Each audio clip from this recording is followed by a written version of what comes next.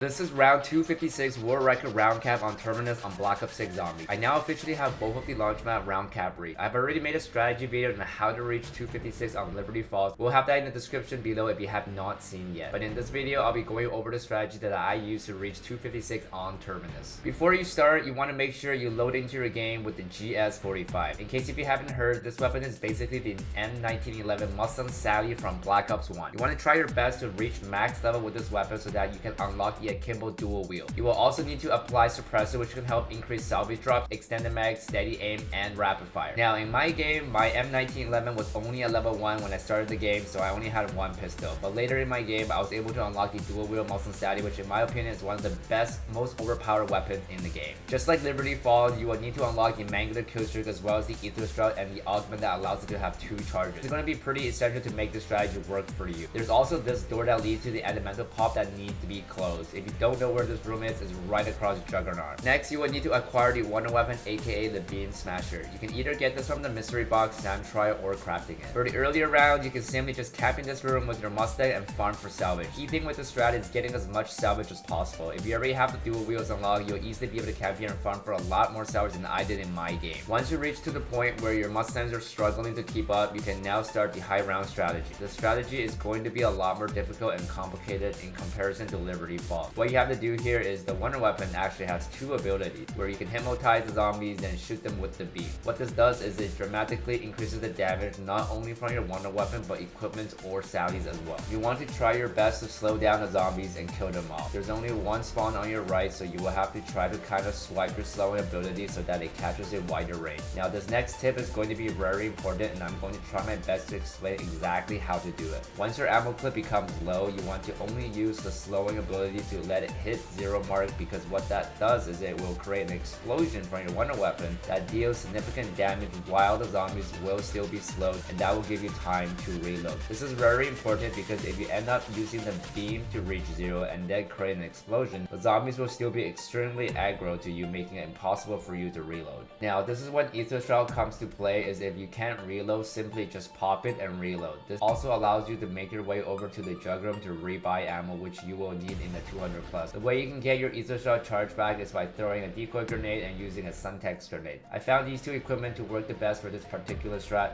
One advice here is when you're out of decoy or Suntex, don't pick up any other lethal or tactical. What this does is it allows your character to automatically pick them up when you sprint across one. Whenever you get overwhelmed, immediately use the Mangular Killstreak. One advice when activating the Killstreak is refrain from activating it while being surrounded by a lot of elites, because sometimes they will bug out and you will instant down most of the time. Now this strategy isn't as easy as it looks. The hardest part is being able to actually gain salvage rather than lose. Best way to do this is to try your best to kill the zombies with your Wonder Weapon, comboing with your Aether Shell and decoy grenades to allow you to reload and repeat.